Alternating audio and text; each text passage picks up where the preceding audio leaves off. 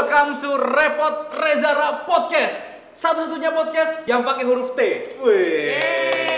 Ya, yang lain pakai D, kita pakai T. Repot, bagus banget. Dan ini adalah episode perdana, bintang tamunya Sophie Angel. Wih.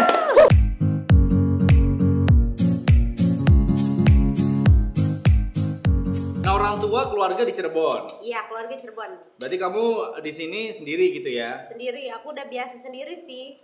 Karena kan Cirebon tuh deket, jadi kalau misalnya pun pulang sebulan sekali itu aku ya sendiri Cirebon, setir sendiri. Pokoknya semua serba mandiri lah. Mandiri, berarti memang walaupun pandemi harus tetap bekerja keras ya? Iya, mau nggak mau sih. Mungkin kalau keadaannya nggak begini sih aku juga kali ya, sama kayak teman-teman yang lain gitu. Tapi perjalanan karir, kita bicara tentang perjalanan karirnya Sophie dulu. Awalnya gimana kamu? Kenapa memutuskan terjun di dunia dangdut? Padahal bisa pop dan lain sebagainya. Terus awalnya apa kamu di Jakarta? Ngapain tuh? Jadi dari kelas 3 SD kan aku udah manggung-manggung tuh ya, nyanyi cilik. Nah terus pas SD sama SMP tuh sering ikut lomba-lomba di radio di daerah kan, di Cirebon. Terus suka ada kalau juara dapat rekaman gitu. Terus awalnya aku tuh pas SMP kelas 3 juara di radio Prima Sonata ya, kalau salah Prima Sonata, terus menang, terus dikasih single rekaman Cirebonan iya. Oh. Tapi studianya tuh di Jakarta. Kebetulan kelas 1 SMA aku ke Brunei dulu, ada show di Brunei. Oh, kirain jadi TKW kamu. Enggak, 2 bulan. Jadi di sana tuh asistennya adiknya Sultan Hasanah Bolkiah tuh yang punya grupnya. Jadi kita tuh nyanyinya ke kedutaan-kedutaan gitu. Di bawah asuhan gitu. Tapi kamu sendiri orang Indonesia atau? Enggak, di sana memang grupnya dari Indonesia. Di Indonesia tuh dikenal dengan Magdalena grupnya, tapi di sana ganti nama jadi Putra Bayu. Jadi kita dikasih mes, dikasih apa gitu segala macam sama si asistennya Pangeran Supri, adiknya Sultan Hasanah Bolkiah itu. Akhirnya aku ke sana, pulang dari sana baru turun bandara dijemput langsung rekaman itu SMA kelas 1. SMA kelas 1? Iya. Tahun berapa itu kira-kira? Jangan sebut aja tadi. Pertanyaannya menjebak. Ya kan kita pengen tahu perjalanan karir kamu tuh udah berapa tahun? 2000-an lah ya. 2000-an? 2000-an. 2000 kecil apa 2000 gede? Pokoknya itulah. Iya. Tapi nggak apa-apa. Kamu justru nih wajahnya nggak kelihatan ya. Tadi kita sempat ngobrol-ngobrol sebelum kita mulai on air.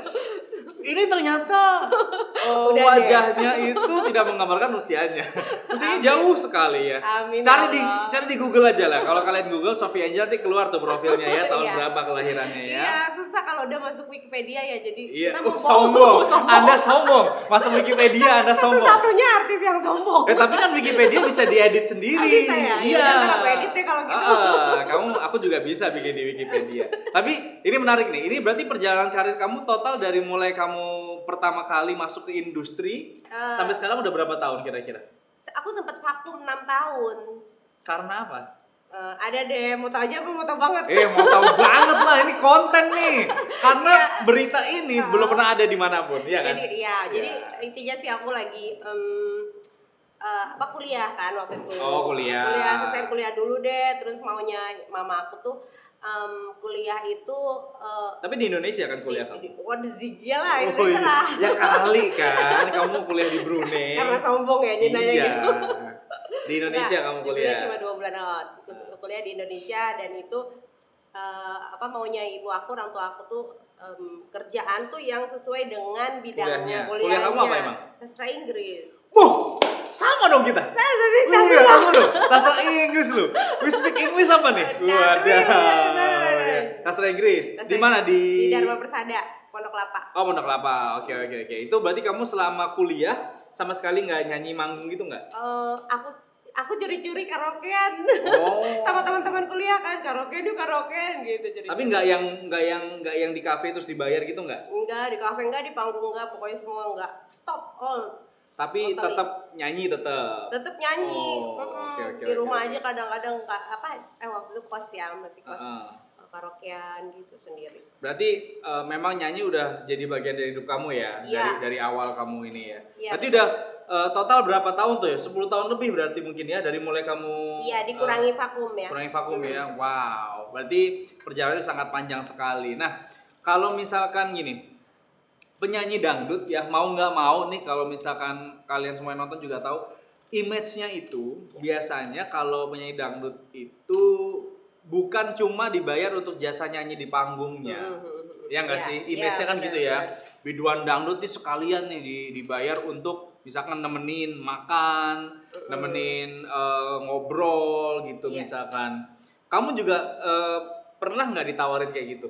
Kalau nemenin ngobrol nih kayak kemarin ya kan di Pelabuhan Ratu ya, kita ada road safety milenial. Nah, si Bapak dan Ibu Kapolresnya itu pengen makan sama kita gitu. Terus ternyata kita diamplopin gitu. Itu beda lagi dari di luar fee kamu nyanyi. Iya, itu pun kita nggak bisa tetepin harga sekian, nggak bisa, itu ya, kan namanya pemberian ya. Pemberian. Kalau yang begitu aku masih suka mau nggak mau gitu kan, kita harus gimana ya menghormati. Tapi kalau yang lebih? Kalau yang lebih enggak, alhamdulillah aku enggak. Enggak mau apa enggak pernah ditawarin apa gimana nih? Ditawarin sering. Iya. Bahkan turun panggung 20 juta mau enggak, 40 juta mau enggak, kayak gitu sering. Harusnya kamu mau. Kalau ya duitnya mau. Iya, itu kemarin yang ya enggak jadilah. Yang jauh-jauh ke Medan. Tadi katanya mau bilang gitu. Iya. Yang jauh-jauh ke Medan foto 20 juta kan? Jadi kalau aku gini, orang tuh nggak perlu tahu ya nominal kita berapa misalnya keluar kota. Buat manggung. Orang taunya kita jalan off air-nya, padahal sih perjuangannya kadang-kadang kan kita yang kecil-kecil tapi berkah itu aku ambil. Yang penting jalan. Kalau mungkin ada sebagian teman-temannya dangdut yang pokoknya gue harus gede segini, harus gini, ya itu ya resikonya dia kalau nanti di sana ketemu sama pejabat ataupun gak usah orang-orang yang aneh-aneh ya, orang-orang lah ya gitu. Kalau mau niat begitu. Klien yang aneh-aneh suka ada tapi. Klien yang aneh ada, banyak. Terus kamu nolaknya gimana? Misalkan aku klien kamu nih ya. Sana bilang. Sofi, waduh, kamu nyanyinya. Ini kita pura-pura ya. Kita sekarang bikin sketsa. Sofi, wah kamu nyanyinya bagus nih. Kamu boleh juga nih mukanya nih. Wah, temenin aku dong. Abang, kalau itu arahnya kamu ke mau, kalau gitu ya arahnya ya, bukan nolak kalau itu kayaknya. Gitu ya. Ini kebetulan istri aku kan jauh, kamu juga jauh dari ini, di luar kamu nyanyi lah. Aku pengen ketawa jadinya deh. Temenin aku lah, 30 juta gitu. Gini abang, aku tuh nyanyi doang, mohon maaf banget, aku tuh di sini cuma untuk nyanyi doang. Jadi ya kan ada manajemen juga. Masa sih? Masa sih? Demi Allah sih. Iya. Tapi berarti pernah ada yang begitu, real? Pernah, nggak usah kayak gitu. Misalnya kan kita nih pilkada ya, ada 5 nih. Yang satu temen aku, bapak gitu. 5 tuh maksudnya penyanyi. Oh, kamu berlima gitu nyanyinya. Berlima nih. Yang satu udah tahu nih si bapak ngedeketin, aduh pak aku lesbian gitu. Ada yang gitu. Oh, menghindarnya gitu. Ada yang menghindar begitu, ada yang bapak, ada yang mau. Nah terus aku sih diem aja kan karena nggak ada sinyal apa segala macam. Tiba-tiba dong, Sofi kamu kesini. Iya pak, kamu lulusan apa? Tapi memang kebetulan si calon kepala daerah itu memang nggak punya istri. Oh, kebetulan saat itu aku ketemunya. Nah terus tiba-tiba itu kan kita lagi dari satu titik ke titik yang lain ya, jadi timnya roadshow gitu maksudnya? Iya, pilkada. Oke. Jadi waktu itu kita ke satu daerah yang memang di daerah itu kita nggak banyak bawa tim sesnya. Nah jadi tim ses yang lain udah kebagi ke yang tim wakil. Nah terus pak calonnya itu bilang, kamu lulusan, aku diinterogasi kan. Iya pak, kamu tahu nggak banyak cewek yang ngantri mau sama saya kata dia gitu. Oh iya pak, aduh gimana pak, iyalah nggak mungkin lah kalau nggak ngantri, kan bapak kan punya jabatan. Aku secara halus aja dengan sopan santun tetap. Udah besoknya pas mau sarapan masuklah tuh, aku kan berdua tuh sama temen aku. Sebut saja namanya Mawar ya. Iya. Padahal nama aslinya memang Mawar. Nah mas gitu, kata Mawar, nah itu si bapak tuh mau ketemu, ya udah kesini aja gitu kan pintu dibuka. Udah, Sofi kita sarapan, ya udah pak. Ya udah gue mau ke kamar mandi dulu deh kata si. Kesebut namanya. Aduh, si Mawar tadi kesebut ya. Nanti ditit gitu ya. Oke, iya. Tolong editornya ya. Kamar mandi deh. Ngapain lu? Enggak, gue mau ke toilet kata dia gitu kan. Udah terus Tiba-tiba pintu ditutup dong, pintu ditutup. Akhirnya Sofi, dia mulai, si bapak itu mulai pijit-pijitin kaki. Aku kan di dalam selimut gitu ya. Terus, Pak mau ngapain Pak? Enggak, barangkali kamu capek katanya. Iya dong, kamu kan capek, abis nyanyi semalam. Ada gitu, ih bapak jangan kayak gini, aku gak enak. Enggak, aku tuh pengen nanya sama kamu. Kamu per bulan berapa sih? Kata dia gitu. Hah? Per bulan berapa apanya Pak? Kebutuhannya, kamu mau nggak jadi pacar saya, calon istri saya, katanya gitu. Ya kan kamu udah tahu aku tuh banyak tahu yang ngantri, masa kamu mau tolak saya sih gitu. Loh, pertanyaan sekarang dia kan mau nawarin kamu jadi calon istri, bukan Iya. jadi simpenan kan? Bukan, kan Kenapa dia kamu tolak? Enggak, emang beda agama waktu itu. Oh, Terus udah gitu aku oke. emang nggak suka juga. Tapi usianya memang jauh. Usianya beda 10 tahun lah. Oh ya, oke. Nah terus udah gitu dia bilang, saya single loh Sofi. Iya Pak, masalahnya nih saya kan kalaupun harus menikah dengan seorang ya harus satu agama. Enggak, di agama saya tuh ada nikah campur gitu-gitu. Dia aja bilang, Waduh. ya Pak mohon maaf Pak, aku tuh kan ke Bapak tuh udah kayak abang, aku bilang udah kayak kakak, aku jadi Berarti ini si bapak itu kena friendzone ya sama kamu ya?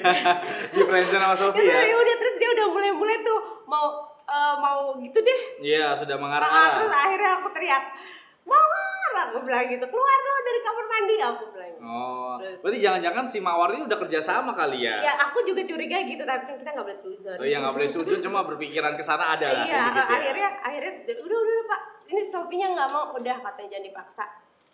Iya, terus tapi ya dari di situ tuh aku pas nyanyi di situ tuh handphone aku hilang. Wah, berarti harusnya kamu ambil tawaran itu. Di situ. Iya dong, minimal buat gantiin handphone. Tapi aku diselamatin kan paling enggak, kesialannya di situ. Selamat ya. Selamat. Tapi, nah sekarang gini, kamu pernah paling tinggi ditawar berapa? Ditawar untuk nyanyi. Bukan dong, buat di luar nyanyi itu. Yang pernah kamu alamin. Ya paling kalau melalui manajemen sih. Pakai manajemen itu. Jadi yang Masa aku nawar cerita- kamu maksudnya- pakai manajemen? Maksudnya gini, yang aku cerita turun panggung itu kan ada akunya.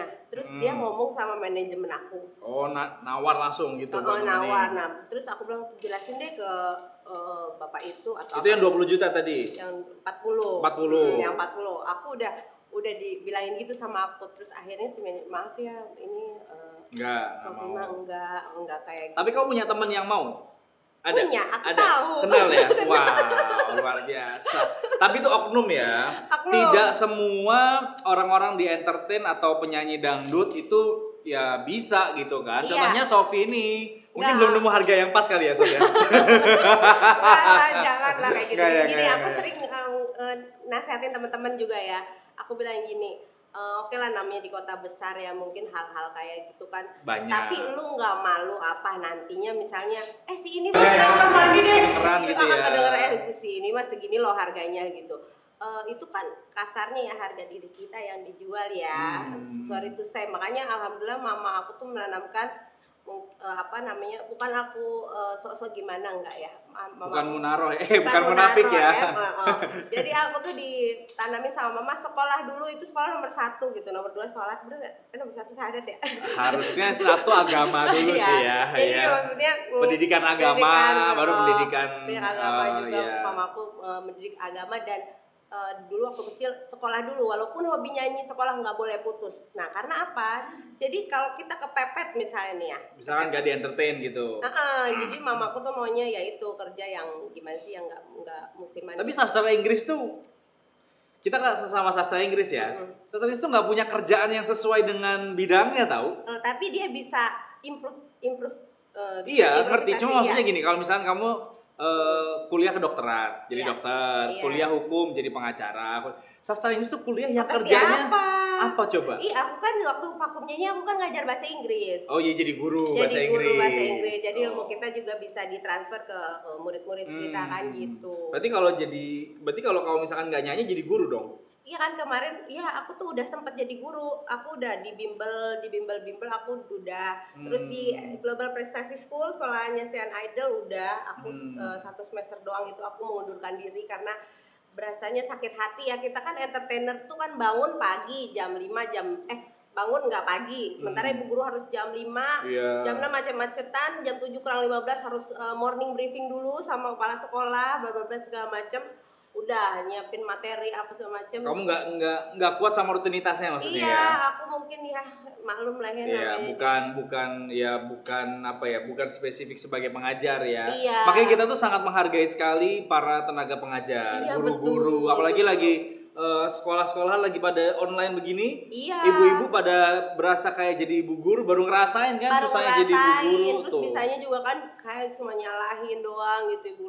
Susah loh jadi ibu guru itu, apalagi di pendidikan dasar tuh memang walaupun guru SD tuh kayak gimana, tapi guru SD Kayaknya justru gampang ya, SD doang gitu. Justru pembentukan itu karena 0 sampai 15 tahun itu anak daya ingat anak tuh sangat kuat sampai gede dia.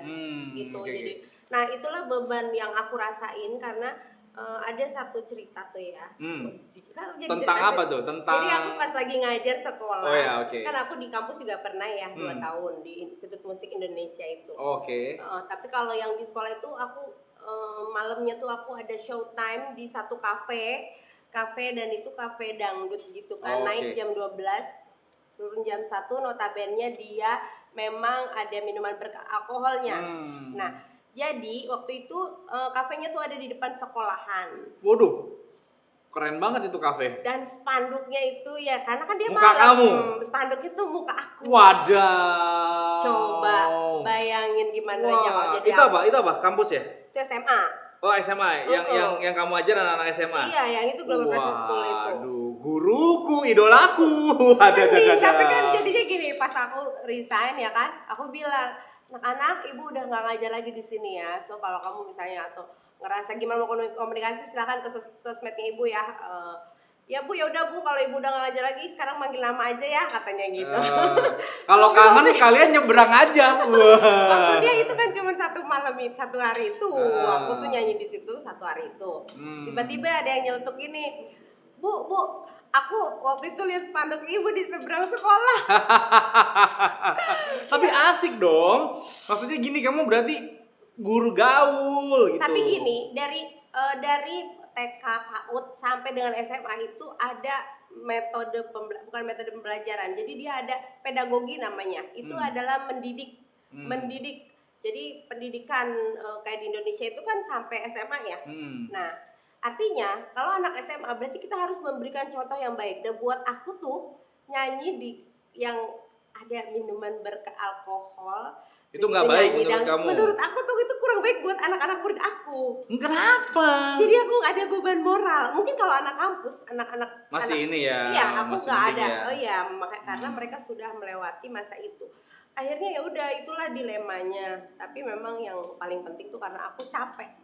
Karena kamu capek itu rutinitasnya. Iya. Oh, tapi waktu kamu ngajar ada yang nanya gini nggak? Bu guru, yang ini apa namanya? Ada gitu nggak? Nggak ada. Enggak. Karena mereka tuh juga nggak tahu kalau aku tuh nyanyi. Oh, lagian sekolahnya sekolah internasional ya? Iya. Jadi mungkin mereka nggak main ke ranah musik dangdut mungkin ya? Iya, enggak. Dan mereka tuh nggak tahu kalau aku penyanyi dangdut. Aku tuh setiap aku ngajar, aku nggak pernah ngasih tahu kalau aku tuh penyanyi. Tapi kamu ngajarnya bahasa Inggris? Bahasa Inggris, dan sekali waktu ya itu ketahuan pas waktu itu. Oke, menarik.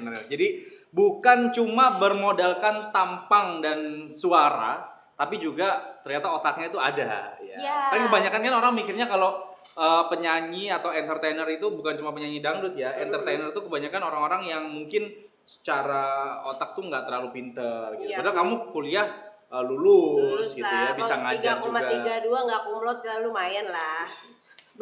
Sombong ya kan. Tapi kampus kamu kampus negeri bukan sih itu? Enggak, justru swasta ya itu. Swasta. Aku pas ngajar di bimbel juga, teman-teman pengajar aku tuh semua lulusan negeri. Dan alhamdulillah aku punya murid Miss, aku sama Miss aja dijelasin yang aku lebih ngerti. Berarti gitu, emang bakat natural kamu jadi guru sebetulnya. Gitu ya. Jadi guru aja udah.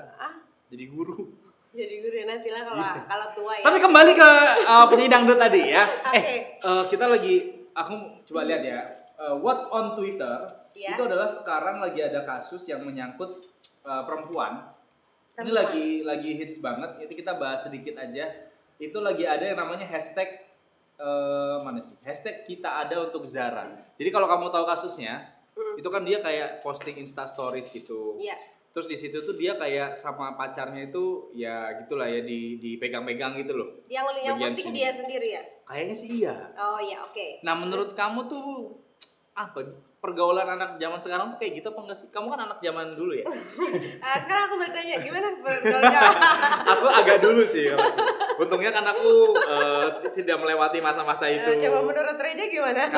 Gimana kalau kamu jawab dulu? Enggak, itu menurut kamu gimana? Coba. Gini ya, tergantung dilihat dari sudut mana. Dari sudut manapun sih sebenarnya itu kurang baik, ya kan, tidak baik lah, bukan kurang baik. Makanya suka ada himbauan tuh, gunakanlah sosmedmu secara baik. Ujaran kebencian sekesel apapun kita jangan pernah diupload ke sosmed. Apalagi yang, nah kecuali memang dia entertain, misalnya yang pakaiannya gitu, itu masih, walaupun itu nggak baik tapi ya gimana, entertain kan masih ada maklumnya ya kan. Nah kalau misalnya untuk kayak gitu kan itu dilihat orang gitu. Bayangkan anak kecil yang nonton misalnya gitu. Gue bisa banget ya ngomong kayak gini ya, padahal sih ya Allah. Gak apa-apa lah, kita kan biar ini konten pertama kita ada pendidikannya sedikit gitu loh. Maksud aku selain gitu ngebahas kamu ditawar berapa tadi, kita kan bahas tentang konten positif. Iya, dan mereka ya kalau misalnya kayak ditawar tadi itu apa, pribadi masing-masing, kita nggak pernah mengusik ya kan. Tapi kalau menurut kamu mendingan mana ya? Mendingan mana nih ya? Mendingan mana ditawar gitu dapat duit apa sama pacar dia nggak modal apa-apa? Itu kan dia sama pacarnya tuh pegang-pegang. Kalau kamu dipegang-pegang sama yang tadi dapat duit tuh 40 juta. Foto manajemen lah. 30% biasanya. 30. Ya kan? Mendingan mana? Ya nggak mending sih ya. Nggak ada yang mending. Sebenarnya itu pokoknya itu tuh nggak baik semua ya kan. Tapi namanya era sekarang ini, kalau ada nih kakak-kakak anakku ya yang ada sebut saja Melati. Tadi Mawar. Oh berarti ini kumbang. Pasangan duet aku, dia bilang gini, paling tidak tuh ya kalau orang tidak menjual tuh nggak dijual gitu loh harga dirinya gitu loh. Maksudnya iya. Kamu memegang teguh itu.